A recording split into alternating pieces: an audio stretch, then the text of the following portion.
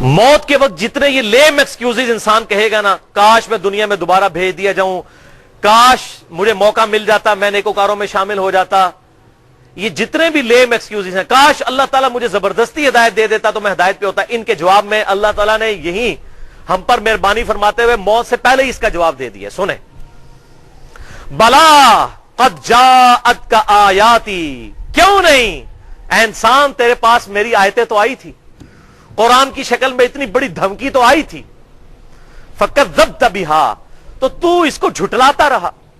کسی نے تو قرآن کو ماننے سے انکار کر دیا، کسی نے قرآن کی ماننے سے انکار کر دیا. ایک ہے اللہ اور اس کے رسول کو ماننا، اور ایک ہے اللہ اور اس کے رسول کی ماننا. صرف کو ماننے سے کچھ نہیں ہوگا، کی ماننی پڑے گی. تو میری آیات تو تیرے پاس آئی تھی، واستکبرتا، لیکن تو تکبر ہی کرتا رہا، وکنت من الکافرین، اور تو انکار کرنے والوں میں ہی رہا. یہ کافر کا ترجمہ فوراً وہ لے لیتے ہیں، کوئی ہندو، کوئی عیسائی، کوئی سکھ. اور بھائی کافر عربی زبان میں کہتے ہیں انکار کرنے والوں کو. یہ کافر جو ہے نا، یہ پنجابی والا کافر نہیں ہے، یہ عربی کا ہے. عربی زبان میں کافر کہتے ہیں انکار کرنے والے کو، چاہے وہ عقیدے میں انکار کرے وہ بھی کافر، چاہے اپنے عمل میں انکار کرے وہ بھی کافر. عقیدے کے انکار کو تو ہم سبھی کفر سمجھتے ہیں.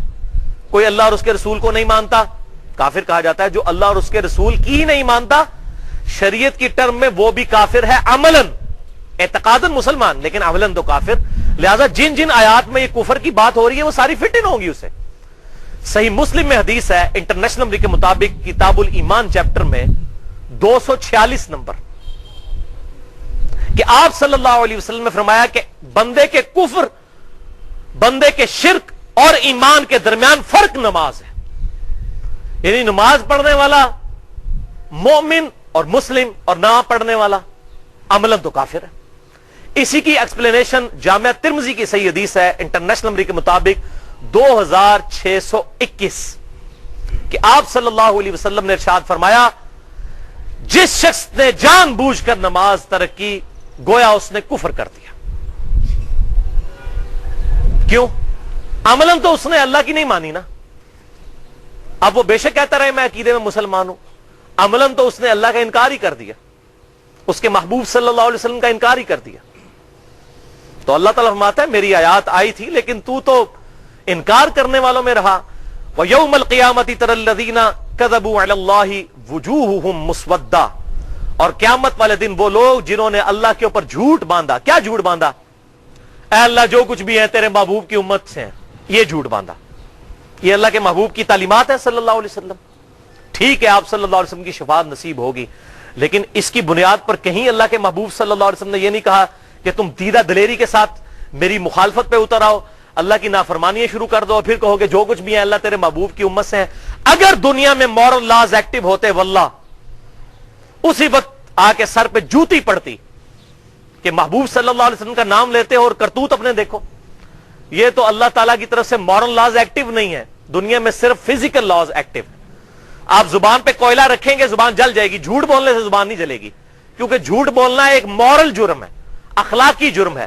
قیامت والے دن یہ تمام مورل لاز ایکٹیو ہو جائیں گے. اسی لیے قرآن حکیم میں ہے کہ جو لوگ یتیموں کا مال نہ حق ہڑپ کرتے ہیں اپنے پیٹوں میں دوزخ کی آگ بھر رہے ہیں. حالانکہ دنیا میں تو یہ آگ نہیں محسوس ہو رہی، پورے پلاٹ ہضم کر جاتے ہیں لوگ، کچھ محسوس نہیں ہوتا. داڑیاں بھی رکھی ہوتی ہیں، نمازیں بھی پڑھ رہے ہوتے ہیں، لوگوں کی جائیدادوں پہ قبضہ کیا ہوتا ہے، بہنوں کی وہ وراثت دبا جاتے ہیں. بڑا بھائی ہے تو چھوٹے بھائیوں کی جائیداد دبا لیتا ہے، اور جنازہ بھی ہزاروں لوگ پڑھ جاتے ہیں اور لوگ کہتے ہیں بڑا خوش نصیب ہے. یہ تو اللہ تعالیٰ کی بارگاہ میں تو اس کا کوئی کرائٹیریا یہ والا تو نہیں ہے نا. اپنے پیٹ میں دوزخ کی آگ بھر رہے. تو یہ مورل لاز اگر ایکٹیو ہوتے نا تو اللہ تعالیٰ دنیا ہی میں بتا دیتا. جب کوئی کہتے ہیں نا جو کچھ بھی ہے اللہ تیرے محبوب، یہ اصل میں پتہ کیا ہم کیا کہہ رہے ہوتے ہیں؟ اللہ اسی بندے دا پتر کو نہیں بننا، جو لولے لنگڑے بے نمازی تیرے نبی دے نافرمان ہے این جی سانو چک لے، این جی قبول کر، اسی اپنے آپ سیدھا کو نہیں کرنا، یہ کہہ رہے ہوتے ہیں اصل میں. تو محبوب صلی اللہ علیہ وسلم کی نسبت کا خیال بھی اللہ تعالیٰ ہمیں رکھنے کی توفیق دے، آمین. تو قیامت والے دن وہ لوگ جو اللہ پر جھوٹ باندھتے رہے وجوہہم مسودہ، ان کے چہروں پر سیاہی چھا رہی ہوگی. الیس فی جہنم مثوی للمتکبرین، کیا جہنم تکبر کرنے والوں کا برا ٹھکانہ نہیں ہے؟ کن کا؟ تکبر کرنے والوں کا۔ یہ تکبر کی ڈیفینیشن جو ہے نا وہ صحیح الاسناد حدیث میں آئی ہے، بہترین صحیح مسلم میں حدیث ہے، انٹرنیشنل نمبر کے مطابق کتاب الایمان چیپٹر میں 265 نمبر، کہ آپ صلی اللہ علیہ وسلم نے ارشاد فرمایا جس کے دل میں رائی کے دانے کے برابر بھی تکبر ہوا وہ جنت میں نہیں جا سکتا۔ صحابہ نے عرض کیا اللہ کے محبوب صلی اللہ علیہ وسلم بسا اوقات ہماری خواہش ہوتی ہے کہ ہمارے کپڑے اچھے ہوں، ہماری جوتیاں اچھی ہوں، کیا یہ بھی تکبر ہے؟ آپ صلی اللہ علیہ وسلم نے ارشاد فرمایا یہ تکبر نہیں ہے، اللہ بھی خوبصورت ہے اور خوبصورتی کو پسند فرماتا ہے۔ تکبر یہ ہے کہ تم حق بات سے اناد کرو اور دوسروں کو حقیر سمجھو۔ یہ دو چیزیں۔ حق بات سے اناد کیا ہے؟